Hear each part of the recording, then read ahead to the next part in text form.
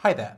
In this video, we're going to keep searching for some failing unit tests and getting them fixed. So I'm going to run a PyTest for functional core and just see what comes up first. I'll quickly say that we have set the backend to NumPy. The main reason for this is that at the time of recording, there is a slight problem with the PyTest arguments when there is no backend set, which leads to some other extra failures that will actually be fixed by some other change, which we're not going to include in the video. So that's just why I've set the backend to NumPy.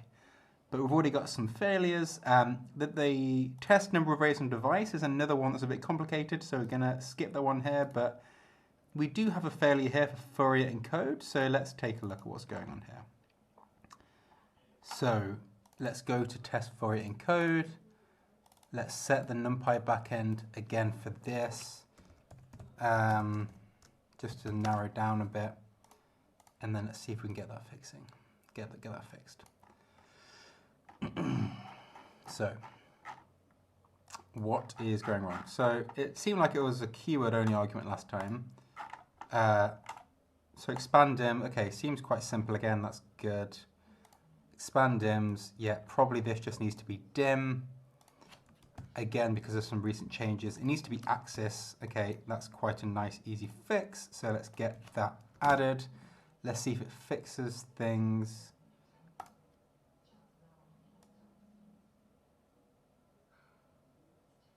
Okay, not quite. Are there other keyword-only arguments? Concat. So this also needs to be axis, I believe.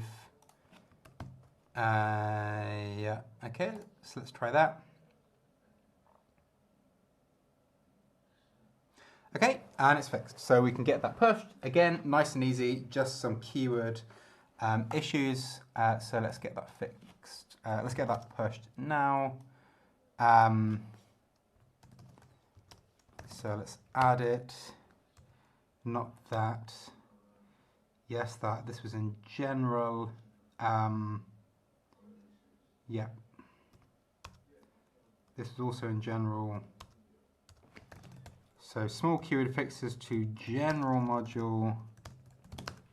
Getting, what do we get passing this time?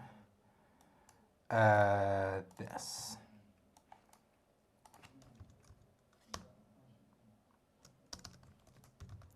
Okay, great, let's get that pushed. Okay, and it's fixed. There we go, nice and simple. Thanks a lot for watching, and I'll see you in the next video. Bye for now.